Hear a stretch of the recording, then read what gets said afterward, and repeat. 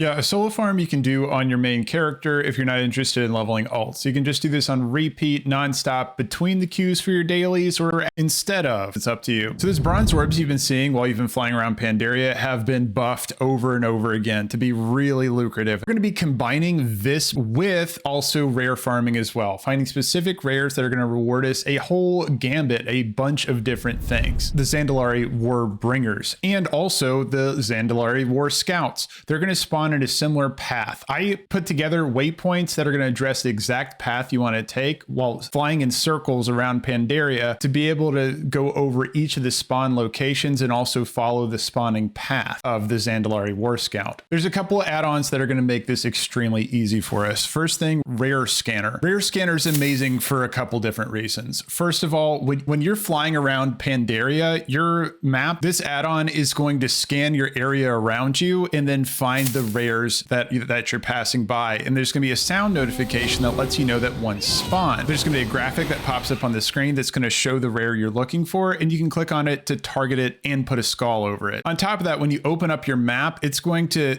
blink the icon of which rare spawned for you. On top of that, we're going to be targeting the Warbringers and the Zandalari War Scouts, and I have waypoints in the description that you can use with TomTom. That's another add-on you should get for this. TomTom is going to give you an arrow directing you between these waypoints for exact areas you want to fly to. The Zandalari Warbringers, and they spawn in a much smaller location. Like if I click on the icon here, I can see this red area highlighted around the icon. That's where the Zandalari Warbringers will be. If we click on the Zandalari War Scout, then we're going to see that there's a much more wide area that they can spawn in. So when we're flying through these areas, we want to go ahead and go along the path that the War Scout can spawn in, because it's going to not only spawn in these locations, but also pat all along this path. And then make sure as soon as you see the Warbringers pop up, they do have the highest reward, where they're not only going to give you bronze items to scrap, but they're also going to give you 1,000 reputation tokens for multiple factions, the minor factions around, as well as giving you lesser charms of good fortune, which you can turn in for even more rewards from these individual factions. So these lesser charms of good fortune can be used by turning them into any of the major factions that are available on Pandaria, any of the factions you've unlocked the dailies for. The best of which to turn these into, though, are going to be the ones in the Isle of Thunder, because you do also get the key that unlocks the daily treasure trove scenario. If you're curious about how to do that, go ahead and check the description. I have a whole guide on that one in particular. Otherwise, if there's any of the factions that you're really trying to get quick reputation with, you can turn it into any of them. You will get a cache of infinite treasure and then also an asynchronized prismatic gem.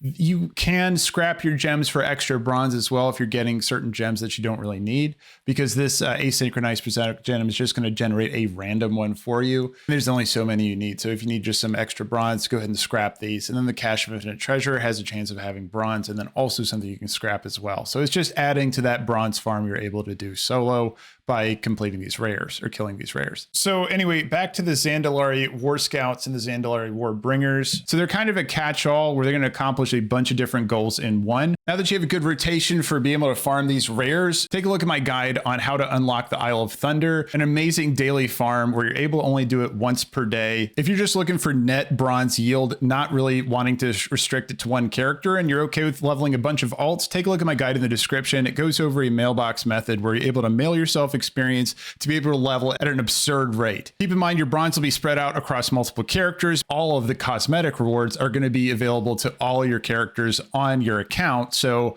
unlocking that on multiple characters doesn't matter. Plus, you get an alt army walking into the war within, so if that sounds fun to you, go ahead and check the description for that as well. And everyone, if the video did help you out today, please strike the like button. If you want to stay tuned for more WoW content in the future, please bash the subscribe. I appreciate your time, and I'll see you in the next one. Bye, everyone.